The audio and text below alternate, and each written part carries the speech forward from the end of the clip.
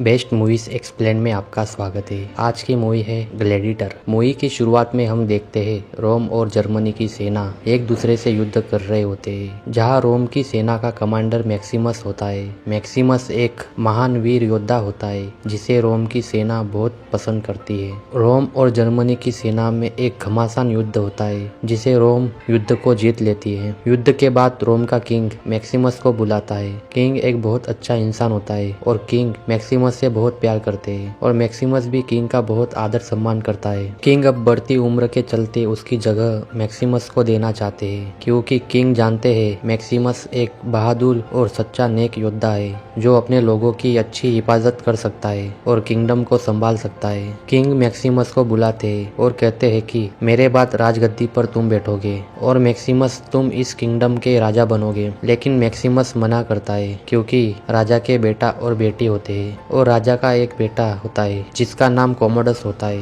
Commodus एक बहुत ही बेरहम इंसान है। राजा जानते हैं कोमोडस एक राजा बनने के काबिल नहीं है, इसीलिए राजा मैक्सिमस को आग्रह करते हैं राजा बनने के लिए। मैक्सिमस का अपना घर होता है जहाँ उसके बीवी और बच्चा होता है। मैक्सिमस कहता है मुझे अपने घर जाना है। राजा कहते हैं काश तुम मेरे बेटे होते ना कि वॉरियर। हमें रोम से करप्शन को खत्म करना है और सभी की रक्षा करनी है। मैक्सिमस कहता है तो फिर आपका बेटा कोमोडस का क्या होगा? जिस पे राजा कहते हैं उसे मैं संभाल लूंगा, वो मेरे अगेंस्ट नहीं जाएगा। मैक्सिमस कहता है मुझे सोचने का वक्त दीजिए। जिस पे राजा कहते हैं ठीक है, तुम कल तक सोच विचार करके मुझे बताओ। फिर मैक्सिमस वहाँ से चला जाता है और अपने खेमे में आता है।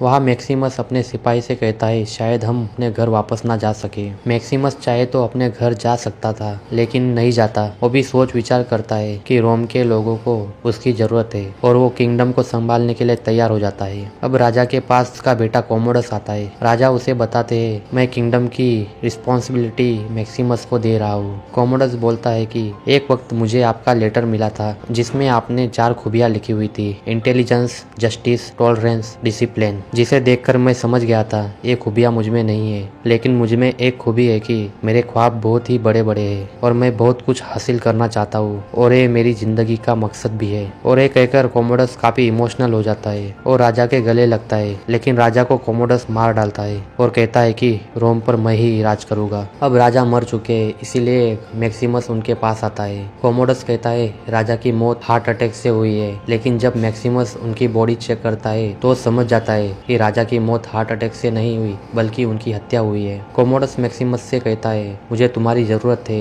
मेरा हाथ थाम लो, इसी में तुम्हारी भलाई है। क्योंकि कोमोडस जानता है मैक्सिमस के एक इशारे पर उसकी सेना और उसके लोग जान कुर्बान करने को भी तैयार हो जाएंगे। लेकिन मैक्सिमस कुछ कहे बगैर ही वहाँ से चला जाता है। मैक्सिमस का दोस्त मैक्सिमस से कहता है कि तुम्हें कोमोडस की बात मान लेनी चाहिए थी। मैक्सिमस कहता है मैं ऐसा नहीं कर सकता क्योंकि राजा की हत्या की गई है और सभी एडवाइजर्स को बुलाओ। लेकिन तभी वहाँ कोमोडस के लोग आ जाते हैं। वो बताते हैं तुम्हें मारने का हुक्म मिला है। तभी मैक्सिमस समझ जाता है कि उसके हाथों में अब कुछ नहीं है। मैक्सिमस कहता है ठीक है, लेकिन तुम वादा करो कि मेरी फैमिली को कोई नुकसान नहीं पहुंचाओगे। लेकिन कोमोडस का आदमी कहता है तुम्हारी फैमिली में से भी कोई नहीं बचेगा। और वो मैक्सिमस के सर पर एक प्रहार करते हैं जिससे वो बेहोश हो जाता है। उसके बाद कोमोडस के लोग मैक्सिमस को दूर जंगल में ले जाते हैं ताकि वो उसे वहाँ मार सके। अब वो मैक्सिमस को मारने ही वाले होते हैं तभी मैक्सिमस सभी से लड़ाई करता है और सभी को मार देता है। अब मैक्सिमस भी घायल होता है और वो अपने घर जाना चाहता है। मैक्सिमस का घर वहाँ से काफी दूर होता है। फिर भी मैक्सिमस अपने घर जाता है और वहाँ जाकर वो देखता है कि कोमोडस ने उसके परिवार को भी मरवा दिया है। मैक्सिमस को काफी दुख होता है,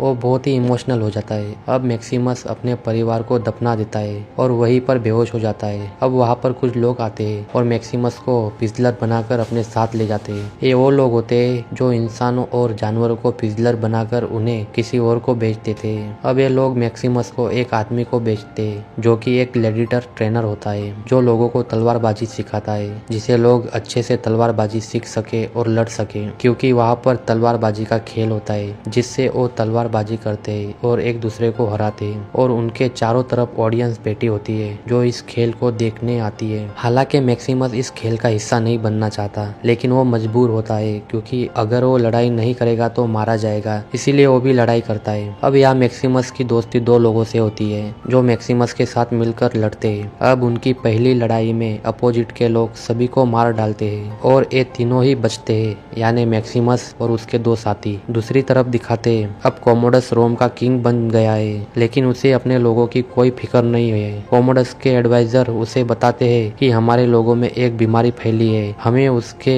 लिए कुछ करना चाहिए। लेकिन कोमोडस उनकी इस बात पर कोई ध्यान नहीं देता, बल्कि वो कहता है उनका ध्यान किसी और चीजों पर लगाओ। और वो कहता है मैं खेलों को शुरू करूंगा। कोमोडस को कोई भी पसंद नहीं करता, ना ही उसके लोग और ना ही उसके एडवाइजर। और ये बात कोमोडस को भी पता होती है, जिसके वजह से उसे बुरा फील होता है और इसका कारण वो खुद होता है। ना तो एक अच्छा इंसान था और ना ही अच्छा राजा बन पा रहा था। और अब वो जिन खेलों को शुरू करना चाह रहा था, उस खेलों को उसके पिता ने बहुत सालों पहले ही बंद कर दिया था, क्योंकि वो कोई अच्छे खेल नहीं बल्कि खूनी खेल थे और पहले राजा बहुत अच्छे इंसान थे। अब दूसरी तरफ मैक्सिमस भी काफी लड़ाइयाँ जीत चुका था, इसीलिए वो काफी फेमस हो चुका था, लोग उसे पसंद करने लगे थे। अब वो इंसान दिखाते हैं जिसने मैक्सिमस को खरीदा होता है। वो मैक्सिमस को बुलाता है और कहता है कि शाही खेल शुरू हो गए और हम सब वहाँ पर जाएंगे। तुम्हें पता नहीं, तुम्हें अंदाजा नहीं कि शाही खेलों में खेलना कितनी बड़ी बात होती है। वहाँ तुम्हें हजारों लोग देखेंगे और तुम जब दोगे तो तुम्हें बहुत पसंद करेंगे, तुम्हारे नाम के नारे लगेंगे, तुम्हें ऐसा फील होगा कि तुम उस मैदान के राजा हो। मैक्सिमस उससे पूछता है कि क्या तुम भी तलवारबाज थे? वो कहता है हाँ, कभी मैं भी तलवारबाज हुआ करता था। मैक्सिमस पूछता है तुम्हें आजादी कैसे मिली? ये सुनकर वो आदमी मैक्सिमस को एक तलवार दिखाता है जो कि लकड़े की होती है। वो बताता है ये तलवार मुझे शहंशाह ने दी थी और यही मेरी आजादी थी। वो कहता है लोग मुझे काफी पसंद करते थे, मैं दूसरों को हराता था इसलिए नहीं, बल्कि मुझे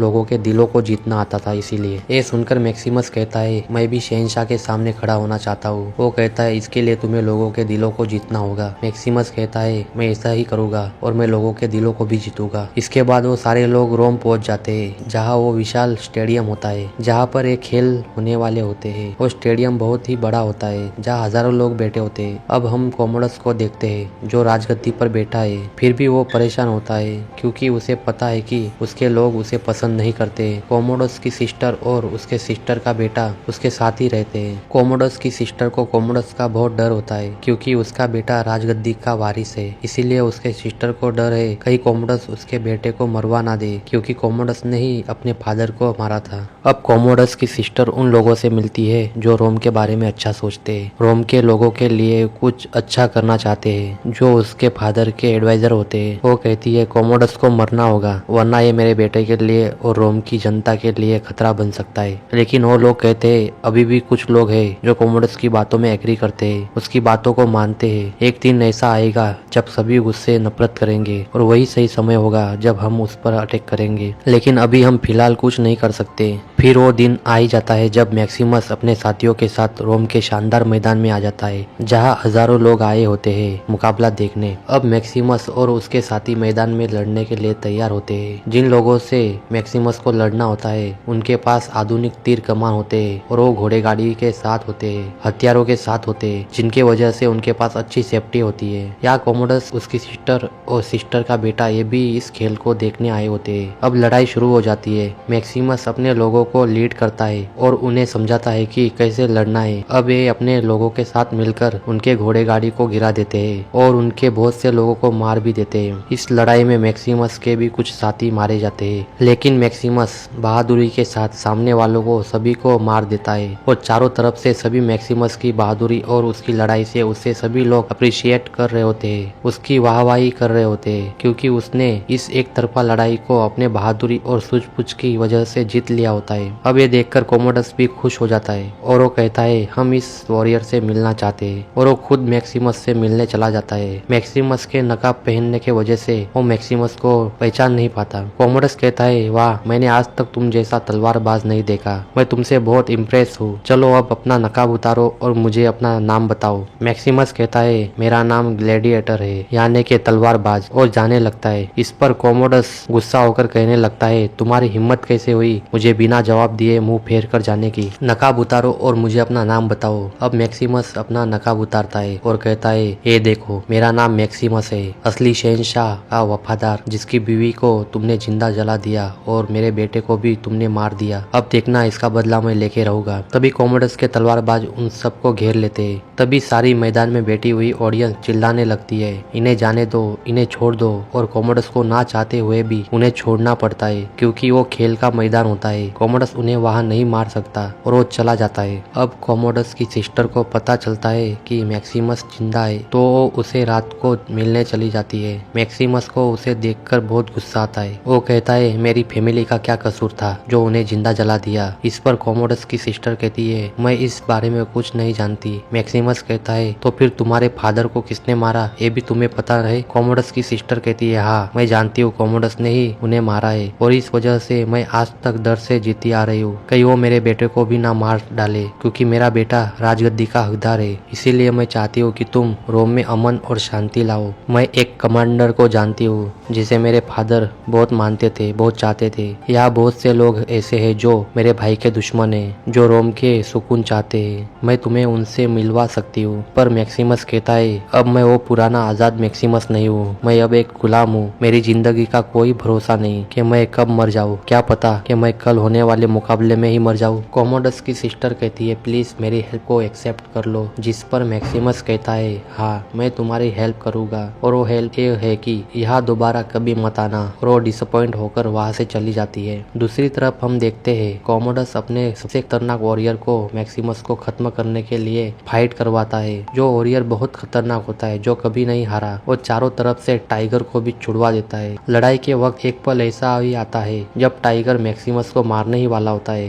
लेकिन मैक्सिमस उस टाइगर को ही मार डालता है। और जो वॉरियर होता है वो बहुत ही पावरफुल और खतरनाक होता है, जो मैक्सिमस पर भारी पड़ रहा होता है, लेकिन मैक्सिमस अपनी सूझबूझ से उसे आखिर हरा ही देता है। अब वो वॉरियर मैक्सिमस के सामने जख्मी पड़ा होता है और मैक्सिमस के हाथों में हथियार होते हैं। चाहे तो मैक्सिमस उसे जान से मार सकता है। चारों तरफ से सभी लोग उसे मारने के लिए नारे लगा रहे होते हैं और कॉमोडस भी उसे मारने का इशारा करता है और उसे मारने के लिए कहता है, लेकिन मैक्सिमस उसे नहीं मारता और उसे जिंदा छोड़ देता है। और इस वजह से जितने भी लोग वहाँ होते हैं वो मैक्सिमस से काफी प्रभावित होते हैं और मैक्सिमस के नाम के नारे लगाते हैं। मैदान में चारों तरफ बस मैक्सिमस के रहमदिल मैक्सिमस के नारे लगते हैं। इस वजह से कॉमोडस को काफी जलिस और अपमान महसूस होता है। अब मैक्सिमस जब वहाँ से जा रहा होता है तभी वहाँ उसका एक पुराना दोस्त आता है। मैक्सिमस उससे मिलकर पूछता है मेरी आर्मी कहाँ है। वो कहता है ऑस्ट्रेलिया में। मैक्सिमस कहता है उन्हें बता दो कि मैं जिंदा हूँ और वो आकर मुझसे मिले। और मैक्सिमस वहाँ से आगे चला जाता है क्योंकि वो अभी भी एक गुलाम है और वो ज्यादा वक्त तक बात नहीं कर सकता। लेकिन अभी तक बस मैक्सिमस के नाम के नारे गूंज रहे होते हैं। वहाँ के लोग मैक्सिमस को इसीलिए नहीं पहचान पाते क्योंकि वो स्पेन की आर्मी का कमांडर था जो कि रोम के लिए लड़ती थी और मैक्सिमस के लोग ये समझ रहे होते कि वो मर चुका है।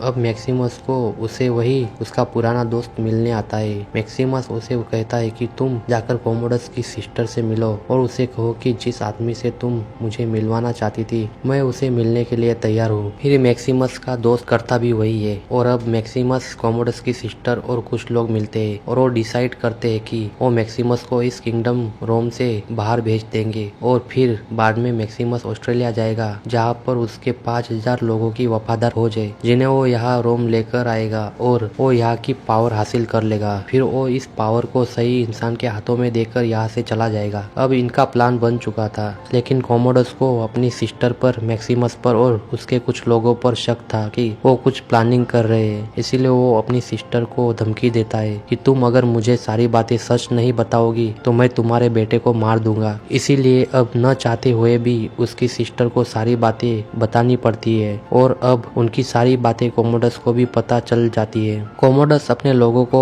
वहाँ भेजता है जहाँ मैक्सिमस होता है उसे मारने के लिए, लेकिन मैक्सिमस के साथी उसकी हेल्प करते हैं जिससे उसके साथी को और उसके कुछ लोगों की मौत हो जाती है। लेकिन मैक्सिमस वहाँ से भागने में कामयाब हो जाता है। फिर मैक्सिमस प्लान के अकॉर्डिंग वहाँ जाता है जहाँ उसका कॉस्ट्यूम रखा था। उसे पहनने के बाद वो वहाँ जाता है जहाँ पर उसका घोड़ा था, लेकिन वो वहाँ पर जाता है तो देखता है उसके दोस्त को को फांसी पर लटकाया होता है और उसके चारों तरफ कॉमोडस के लोग होते हैं जो उसे पकड़ लेते हैं और उसे पिजलर बना लेते हैं। आगे हम देखते हैं खेल के मैदान के चारों तरफ मैक्सिमस के नाम के नारे लग रहे होते हैं, लेकिन मैक्सिमस को तो बंधक बनाया होता है। मैक्सिमस के लिए लोगों का प्यार देखकर कॉमोडस को बहुत जलिस हो रही होती है, क्योंकि वो ये सब अपने लिए चाह रहा होता है जो उसे कभी नहीं मिला। फिर उसके बाद वो मैक्सिमस के पास जाता है और कहता है, वाह, तुम्हारी कहानी बहुत लाजवाब है। तुम पहले कमांडर थे, फिर गुलाम बने, फिर एक ग्लैडिएटर। इतनी शानदार कहानी का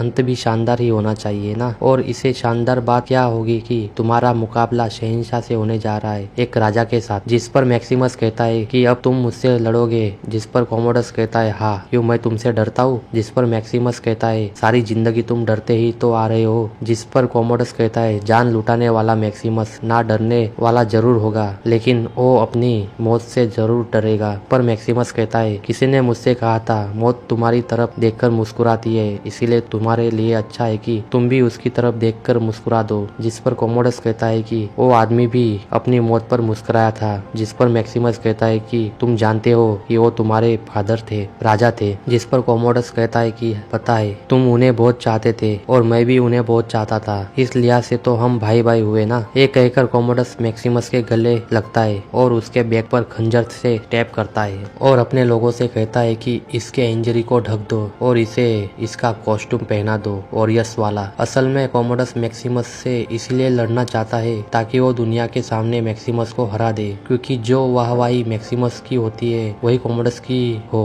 क्योंकि मैक्सिमस दुनिया की नजरों में एक बहुत महान और बहादुर नेक वॉरियर है। और कॉमोडस मैक्सिमस को इसीलिए इंजर करता है ताकि जब उनकी लड़ाई हो तब मैक्सिमस कमजोर हो जाए और वो उसे आसानी से हरा दे। और अब कॉमोडस और मैक्सिमस मैदान में दोनों एक दूसरे के आमने सामने होते हैं और उनके चारों तरफ कॉमोडस के लोग खड़े होते हैं। अब उन दोनों की लड़ाई शुरू होती है। उन दोनों में जबरदस्त लड़ाई चल रही होती है। हालांकि मैक्सिमस इंजर होता है, फिर भी वो बहादुरी से लड़ाई कर रहा होता है। तभी कॉमोडस की तलवार उसके हाथ से गिर जाती है। कॉमोडस उसके लोगों से कहता है, मेरी तलवार दो, लेकिन उसका एक एडवाइजर कहता है कि नहीं, कोई नहीं देगा तलवार, क्योंकि वो भी कॉमोडस को पसंद नहीं करता। वो चाहता है ये लड़ाई पूरी ईमानदारी से हो। इसके बाद मैक्सिमस भी अपनी तलवार नीचे फेंक देता है और वो दोनों हाथों से लड़ते हैं, लेकिन कॉमोडस ने एक खंजर छुपाया होता है। वो उसे निकालता है और मैक्सिमस पर वार करने वाला होता है, लेकिन मैक्सिमस उसी के खंजर से उस पर स्टैब करता है और कॉमोडस को मार डालता है। मैक्सिमस भी काफी इंजर हो गया था